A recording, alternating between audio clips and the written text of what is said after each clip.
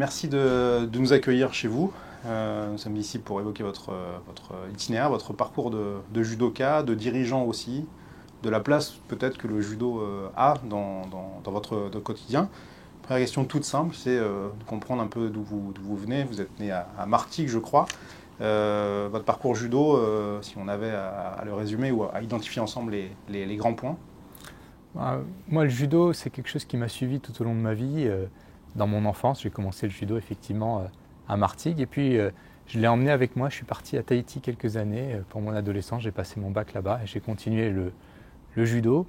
Après, j'ai fait mes classes prépa, donc je me suis un peu éloigné. J'ai pris un peu de recul. J'avais moins de temps. Et retour au judo avec mon entrée en école polytechnique avec Fabrice Guillet, un grand entraîneur. Qui nous a beaucoup poussés, motivés. Et puis voilà, rentrer dans la vie, là encore, une famille, un nouveau travail, on s'éloigne un peu et puis on y revient parce que le judo c'est la passion.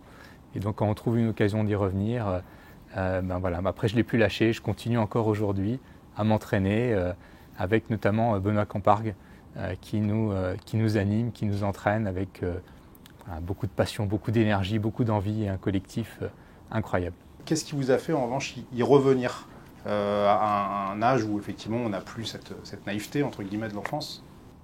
Moi, ce que j'ai aimé dans le judo, c'est d'abord la confiance en soi. Le judo, c'est quelque chose qui, moi j'étais peut-être un peu aussi timide, un peu effacé. Le judo, ça m'a donné confiance en moi, ça m'a permis aussi d'avoir véritablement des relations poussées avec des élèves, avec des professeurs.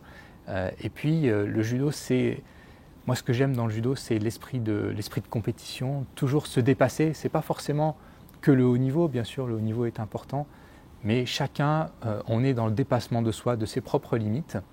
Puis c'est aussi un sport qui est finalement beaucoup plus collectif qu'on peut le penser au début. On pourrait croire que c'est un sport individuel, mais en réalité on apprend les uns des autres. Et ce collectif, finalement, c'est ça qui m'a amené à y revenir, à ne plus lâcher le judo encore aujourd'hui. J'allais vous poser la question, est-ce que c'est au moment peut-être où vous cherchiez quelque chose de vous-même aussi, d'essayer de révéler certaines phases de votre personnalité? Vous avez un parcours d'étudiant brillant. Peut-être que là, justement, il y avait peut-être une plus grande difficulté, ou en tout cas un univers moins facile à maîtriser. Comment vous l'analysez? Oui, et puis moi, quand j'ai eu aussi des enfants, naturellement, je les ai orientés vers le judo. Et c'est à ce moment-là aussi où je me suis dit, mais mince, pourquoi j'ai arrêté finalement? Et j'ai pris cette opportunité. Alors eux, malheureusement, ont arrêté, mais moi, non, j'ai repris et je continue encore. Et c'est vraiment cet apprentissage finalement. Et là, c'est le premier sport que j'ai voulu montrer à mes enfants. Et c'est ça qui m'a conduit à y revenir en fait. Que diriez-vous, vous avez prononcé le mot bien sûr, de la figure du professeur, le professeur de judo? En quoi peut-être il est singulier par rapport à votre environnement personnel autre, votre environnement professionnel aussi? C'est vraiment le professeur qui fait le cours, qui attire, qui motive les judokas. Moi, j'ai eu la chance d'avoir des professeurs immenses, incroyables, qui m'ont poussé. C'est plus qu'un professeur, c'est un maître, c'est un mentor. C'est quelqu'un qui à la fois va nous apprendre la technique, bien sûr, mais surtout va nous apprendre à nous dépasser, va nous apprendre à nous faire confiance, va nous apprendre à nous apprendre les uns des autres. Et cette notion voilà, de dépassement, quelque chose qui est très profond chez moi, que ce soit dans le domaine sportif ou dans le domaine professionnel. Et ça, on a vraiment la chance d'avoir en France des professeurs qui sont d'un niveau incroyable. Alors, j'ai lu cette phrase chez l'un de nos confrères. Vous disiez, à l'école, on apprend beaucoup à raisonner, mais pas la vraie vie. La question, c'est est-ce qu'au judo, on apprend davantage peut-être la vraie vie? Le judo, c'est l'école de la vie, ça c'est certain. On est en contact avec voilà, des gens de toutes origines et puis on est finalement face à soi-même. Quand on est en randonnée, quand on est en compétition, voilà, on a appris, on s'est entraîné, mais là, on est finalement notre propre maître de ce qui va nous arriver. Et cette école de la vie qu'est le judo, qui va bien au-delà de l'entraînement, qui va au-delà de la compétition, c'est un esprit de camaraderie. L'amitié, ça fait partie des valeurs du judo, comme le respect. Et c'est cette école de la vie, elle est, en tout cas, moi, elle m'a beaucoup aidé, elle m'a beaucoup poussé.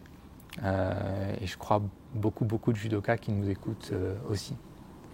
Parlez-moi de votre ceinture noire, donc un passage de grade qui n'a pas eu lieu à 14, 15 ou 16 ans, comme beaucoup, pas comme tous, mais comme beaucoup de judokas. Pour vous, c'était un peu différent. Quel souvenir vous gardez de ce moment-là, de la préparation, du passage de grade lui-même? Qu'est-ce que vous pouvez nous donner comme anecdote d'ailleurs? Comment vous l'avez vécu vous-même, intérieurement? Ouais. C'est vrai que en fait, j'avais commencé cette préparation quand j'étais en école, donc voilà, on va dire un grand adolescent. J'avais passé mes katas, j'avais commencé les compétitions, j'en avais fait une ou deux. Et puis à ce moment-là, malheureusement, voilà, à la fin de l'année scolaire, de nouvelles obligations, de nouvelles contraintes, et j'ai arrêté le judo à ce moment-là en fait. Donc j'ai arrêté le judo au moment où j'étais à peu près à la moitié, on va dire, de mon passage de grade. Et c'était une petite frustration qui m'était restée. Et j'ai repris un peu plus de 10 ans après le judo, et je ne me suis pas tout de suite mis dans cet esprit de compétition, parce que quand on reprend le judo, voilà, à 35 ans, 38 ans, on ne se dit pas forcément qu'on va refaire des compétitions. On y va plus pour s'entraîner, pour l'esprit. Et en ayant croisé Fabrice, d'ailleurs, Fabrice Guillet, c'est lui qui m'a remotivé. Il m'a dit « Mais enfin, ça ne va pas, il faut absolument que tu ailles au bout. » Comme quoi, les professeurs, ils nous poussent à dépasser nos limites. Et alors, je m'y suis remis. Je me suis inscrit pour aller les dimanches matins dans tous les coins d'Île-de-France. Et puis, assez vite, en fait, j'ai pu avoir mes points et obtenir enfin mon premier dan. Vous en gardez quoi le moment où tout ça est fait, donc où il vous reste donc quelques points, ces points vous les obtenez, vous vous souvenez de ces moments-là, quelle émotion vous avez, parce que c'est une forme d'accomplissement, je le comprends comme ça. Ah oui, c'est vraiment sur le dernier combat de la compétition où je sais qu'il me manque 4 points et que si je gagne le combat, je passe ma ceinture noire. Et à la toute fin du combat, sur Tani Otoshi, ça passe. Et là, effectivement, c'est une satisfaction immense. C'est un accomplissement, en fait. Se dire, on s'est donné un but, on s'est dit, on va se dépasser, et on y arrive. Et je crois que, voilà, je pense que tous ceux qui ont eu leur ceinture noire se reconnaîtront dans cette satisfaction, finalement, au moment où ça arrive, au moment où on marque ces derniers points. Bon, vous avez une vie riche, notamment professionnellement, je disais, une brillante carrière déjà. Où vous situez justement cette ceinture noire, cette pratique maintenant quotidienne finalement du judo dans cet environnement, encore une fois, qui est dirigeant de haut niveau? Je crois qu'il y a beaucoup de parallèles entre le judo et l'entreprise. D'abord, il y a ce collectif, il y a cet apprentissage avec effectivement, que ce soit au judo ou en entreprise, finalement on gagne ensemble, on apprend les uns des autres, on apprend ensemble. Et puis il y a aussi la compétition, le combat, le randori, où finalement on est dans le mouvement, on ne doit pas rester statique, et puis on est aussi dans le déséquilibre, utiliser la force de l'adversaire. Moi, c'est ce que j'aime aussi chez le judo. Dans le judo, ce n'est pas forcément le plus fort qui gagne, mais c'est celui qui va être le plus intelligent dans le combat, qui va le mieux finalement diriger, maîtriser son combat. Et cette notion d'équilibre, de déséquilibre, elle est clé parce que effectivement, on peut paraître très très fort sur une position très très solide, et puis en fait, il suffit de le prendre sous un angle un tout petit peu différent. Et là, on peut reprendre l'avantage, on peut reprendre l'initiative. Et je crois qu'en entreprise, c'est aussi le cas. Il faut savoir penser en dehors du cadre, comme on dit, et ne pas se fixer de limites a priori. On est là pour les dépasser finalement, les dépasser ensemble. C'est le défi. Voilà, c'est le défi dans le judo comme en entreprise. Alors, évidemment, c'est ce qui nous intéresse beaucoup, c'est qu'un dirigeant de votre niveau nous explique le judoka qu'il est dans son quotidien professionnel. Est-ce que vous en parlez autour de vous? Est-ce que vous parlez du judo à vos collègues, collaborateurs? Oui, moi je suis un pratiquant et un amateur et un fan de judo, donc oui, j'en parle. Autour de moi, il m'arrive même d'en parler sur les réseaux sociaux parce que je trouve ça voilà, très très motivant, enrichissant, et puis c'est une source de partage. Et quand j'ai l'occasion d'aller par exemple au tournoi de Paris cette année, eh bien, voilà, on fait partager aussi, on a la chance de pouvoir inviter des collègues ou des amis à partager ces moments de judo. J'ai dit dirigeant de haut niveau, est-ce que c'est comme ça que vous vous définissez vous-même? Comment vous vous qualifiez? Bah, de haut niveau, ça c'est pas à moi de le dire, mais en tout cas, moi j'ai la chance d'être effectivement un cadre dirigeant ici chez Orange. Je m'occupe d'innovation, de technologie. C'est près de 8000 personnes qui préparent le futur de l'entreprise, mais aussi qui construisent des solutions aujourd'hui pour le présent. On a des chercheurs, on a des experts en réseau, des experts en IT, on a des gens qui développent les produits et services, qui travaillent sur les box, qui travaillent sur Orange Money, qui travaillent sur les réseaux de demain, avec notamment des réseaux beaucoup plus efficaces énergétiquement. Et puis, avant ça, moi j'étais à la tête d'Orange Belgique, où là, effectivement, c'était une plus petite équipe, mais qui était finalement, j'avais ma petite équipe de judo pour conquérir le marché belge. Vous sentez comme ça, bien sûr, forcément, une âme c'est quoi, de leader, de capitaine. Bien sûr, la notion de partenaire est très importante en judo. Vous utilisez ces mots-là, notamment la notion de partenaire, dans le cadre de vos échanges avec les collaborateurs? Oui, le partenariat, c'est important. Le leadership aussi, le leadership du professeur est important. Mais ce n'est pas un leadership autoritaire, ce n'est pas un leadership qui impose, c'est un leadership qui permet aux collaborateurs finalement de s'épanouir, de se développer. Et ça, vraiment, c'est vraiment la même chose qu'en judo finalement. Un bon professeur, c'est quelqu'un qui permet à ses élèves de se développer. Et je crois qu'un bon leader en entreprise, c'est aussi ça. Le monde va vite, hein, vous parlez d'innovation, d'IT, on parle beaucoup de 5G évidemment en ce moment, tout ce monde va vite, trop vite, je ne sais pas, mais vite en tout cas c'est sûr.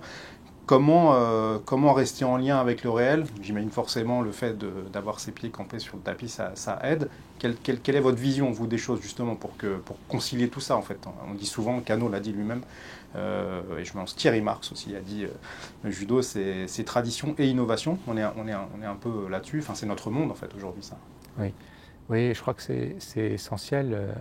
On ne peut pas aujourd'hui se dire que on ne va pas évoluer. On a besoin, face à nos enjeux, les enjeux de société qu'on connaît, le réchauffement climatique, la lutte contre la pauvreté, contre la faim dans le monde, le vieillissement aussi, on a besoin d'innover, on a besoin de solutions technologiques. Et en même temps, on doit absolument garder effectivement les pieds sur terre, notamment quand on est aussi dirigeant ou cadre dirigeant. Parfois, on peut aussi être un peu déconnecté. Et je crois que le judo m'aide. Il n'y a pas que ça, la famille aussi, le contact humain, le contact avec tout le monde, avec les hôtesses d'accueil, avec tout aussi bien qu'avec les chercheurs d'Orange. Je crois qu'il faut, c'est très important en tout cas pour moi de rester ancré les deux pieds sur terre et de rester dans la réalité. Et je crois que le judo y aide aussi, hein, et en tout cas pour moi c'est le cas. Par extension, qu'est-ce que le cadre du dojo et la pratique peut-être aurait à dire à la société, selon vous, d'une manière générale, pas seulement aux dirigeants d'entreprise, voilà, mais plus globalement à nos sociétés qui donc est confrontée, on voit bien, à des choses qu'elle n'avait pas du tout prévues, comme le Covid par exemple? Ouais.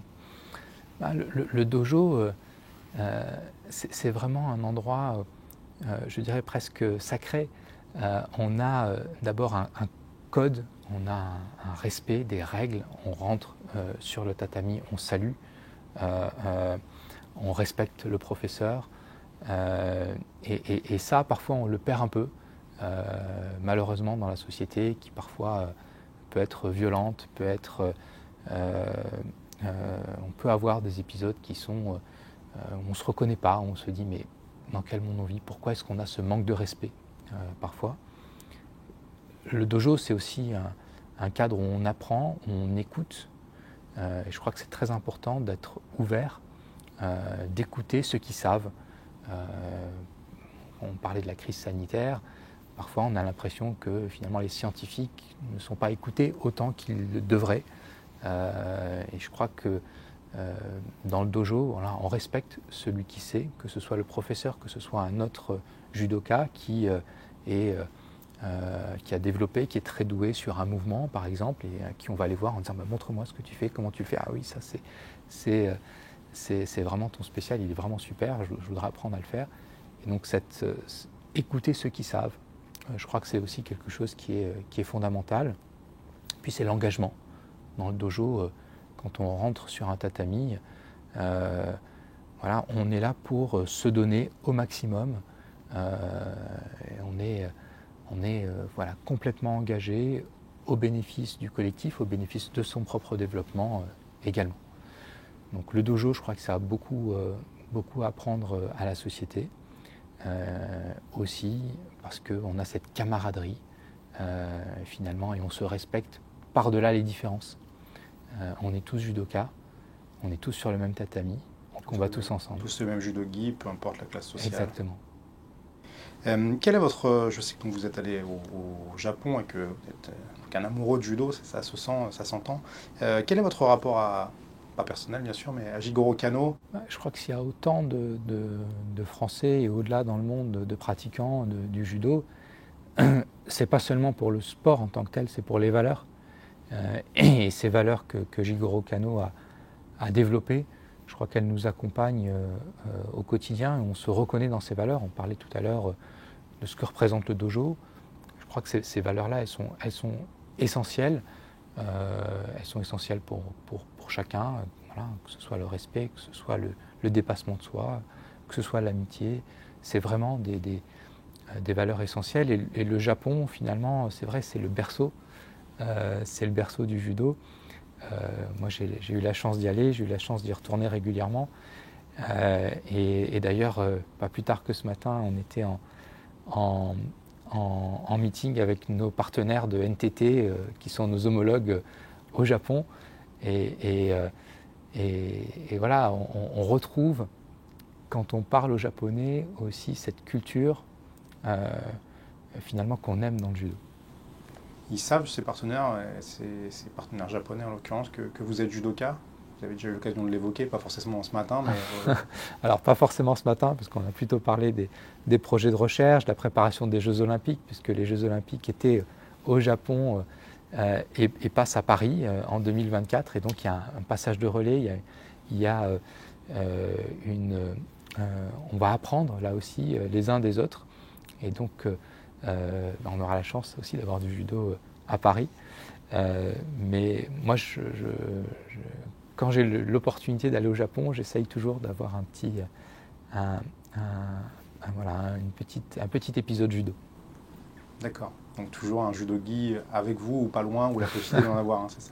Exactement. Très bien. Quel judoka êtes-vous aujourd'hui? On n'a pas beaucoup parlé de technique, mais j'aimerais savoir, du coup, on m'avait dit comment vous avez obtenu votre ceinture noire. Qu'est-ce qui vous plaît d'un point de vue technique? Vous êtes un pratiquant fervent, donc on peut vraiment parler de ça. Qu'est-ce qui vous intéresse? Quels sont les champs que vous avez encore envie d'explorer? Ce qui est formidable dans le judo, c'est qu'on apprend toujours en permanence. Et effectivement, moi, on a parlé de Taniotoshi, moi c'est un mouvement que j'aime beaucoup. Mais ce que j'aime beaucoup, c'est finalement les actions-réactions. Voilà, ça, je trouve que c'est très très intéressant dans le judo, aussi dans l'entreprise. On attaque sur un mouvement avant, on finit sur Oichigari. J'aime beaucoup aussi les attaques à gauche en garde à droite. Je trouve que surprendre, en fait, voilà, c'est ça que je trouve très intéressant dans le judo. Et moi, c'est ma pratique. J'essaye toujours de surprendre l'adversaire. Pas qu'au judo, du coup, j'imagine, c'est un trait de personnalité. Oui. Vous voyez, quel judoka vous voyez-vous plus tard? Par exemple, est-ce que vous avez envie de, je sais pas, vous voyez 6e dan demain? Vous avez envie de ça? Vous dites pourquoi pas ou pas du tout? Alors, je me suis posé la question d'ailleurs, puisque là, avec mes camarades judoka, il y en a certains qui commencent à se dire bon, on va préparer le 2e dan et qui m'ont posé la question est-ce que ça t'intéresse? Alors, j'ai pas encore sauté le pas. Je me dis que je ferme pas la porte. Je pense que peut-être un jour j'aurai un professeur qui va me motiver pour le faire. Mais c'est pas forcément un but en soi. Moi, mon but, c'est de continuer à pratiquer. Et c'est là où je trouve mon épanouissement. Après, voilà, pourquoi pas. En tout cas, ça pourrait être une autre étape. Vous avez fonctionné aussi comme ça, par challenge, j'imagine, oui. par étape. Ça pourrait constituer une étape. Oui, c'est vrai. Moi, à titre personnel, je suis un homme de défi. Voilà, j'aime les challenges et les objectifs ambitieux. Et donc, celui-là en serait un, certainement, oui. J'ai lu, sauf erreur, que vous êtes aussi un amateur d'échecs. Absolument. Est-ce qu'il y a un lien avec le judo ou pas du tout? Oui, bien sûr. La stratégie, la réflexion, l'anticipation. Et finalement, les échecs, c'est aussi un combat. C'est pas un combat physique, mais c'est finalement assez proche du judo. C'est une confrontation. Et moi, c'est ce que j'aime aussi dans les échecs comme dans le judo. On a bien compris, donc un itinéraire brillant, judoka, amateur d'échecs. Est-ce qu'il manque des choses? Est-ce qu'il y a des choses dont vous avez envie, alors c'est peut-être un jardin secret, je ne sais pas, mais est-ce qu'il y a des choses que vous avez envie de, je sais pas, je vois ça comme un puzzle qu'on pourrait encore compléter, justement, parce qu'il y a une forme de curiosité chez vous, on la ressent. Oui, beaucoup de curiosité. Moi, j'ai trouvé vraiment de la passion, en fait. C'est vraiment ça, quand on parle de judo, quand on parle d'échecs, quand on est passionné, en entreprise d'ailleurs, c'est la même chose. Pour faire des grandes choses, on a besoin de passion, hein. Et voilà, moi je trouve que on ne peut pas atteindre de grands objectifs si on n'est pas absolument engagé, absolument passionné. Et puis moi, j'ai mon jardin secret. Après, c'est ma famille, c'est ma femme, c'est mes enfants. Je viens d'avoir un troisième fils. L'aîné a 17 ans et j'ai un bébé maintenant. Et c'est ça qui me remplit de bonheur. C'est le message globalement alors, exprimé ou sous-jacent à vos équipes, c'est d'être sur la passion et justement de prendre plaisir à ce qu'on fait chaque jour, quel que soit le poste finalement qu'on occupe. Bien sûr, bien sûr. Et d'ailleurs, moi j'ai la chance ici, chez Orange Innovation, d'avoir des équipes qui sont extrêmement engagées, parce que l'innovation c'est passionnant. Voilà, on est tout le temps en train d'ouvrir de nouveaux horizons quand on travaille. Quand on a travaillé sur la 5G, quand on travaille sur les réseaux du futur, quand on travaille sur comment est-ce qu'on va faire des data centers qui vont consommer moins d'énergie, c'est des choses sur lesquelles voilà, nos chercheurs sont absolument passionnés. Et c'est essentiel, c'est aussi très important et c'est quelque chose qu'on développe aussi de notre côté, d'avoir un bon équilibre entre la vie professionnelle, la vie privée. On a la chance chez Orange aussi d'avoir des implantations qui sont réparties en France, réparties à l'international. Et avoir un ancrage local, c'est aussi très important et ça contribue à cet équilibre. Une dernière question, on parlait d'énergie qui est bien sûr un mot essentiel et en judo on connaît ça, hein. Minimum d'énergie pour maximum d'efficacité. C'est aussi quelque chose dont vous pouvez vous servir puisqu'aujourd'hui fatalement l'énergie est au cœur j'imagine de vos questionnements, en tout cas pour maintenant et pour le futur. Bien sûr, on a besoin d'énergie dans tous les sens du terme, on a besoin d'une énergie créatrice, de développement, on a aussi besoin d'optimiser, hein, le minimum d'énergie pour le maximum de résultats, c'est aussi vrai en entreprise, c'est-à-dire qu'on doit optimiser ses ressources pour atteindre le meilleur résultat et donc la gestion de son énergie, elle est très importante. Puis l'énergie, c'est aussi finalement l'énergie dont on a besoin pour la planète, dont on a besoin pour notre activité économique, mais qu'on doit aussi économiser d'une certaine manière dans la lutte contre la transition environnementale et ça nous occupe beaucoup. Une forme de responsabilité, j'imagine, Oui. Pour un dirigeant comme vous sur ce sujet. Oui, une responsabilité très importante. Je pense qu'il y a beaucoup d'entreprises, beaucoup de dirigeants qui ont pris conscience aujourd'hui du caractère vital finalement de cette transition environnementale. On vit tous sur la même planète, on parlait tout à l'heure de garder les pieds sur terre. On vit tous sur la même planète, nos enfants vivent sur cette planète, ils vont en hériter, donc c'est une responsabilité collective immense qui nous incombe à tous. Et je pense que ce n'est pas seulement les politiques qui doivent jouer leur rôle, bien entendu, mais aussi chacun à titre individuel et les entreprises, naturellement, doivent y contribuer. Et nous, chez Orange, on a pris d'ailleurs l'engagement d'être 10 ans avant l'accord de Paris, notre net zéro carbone, comme on dit, pour participer à cet objectif collectif global pour la planète. Parole et engagement de judoka. Merci beaucoup. Merci.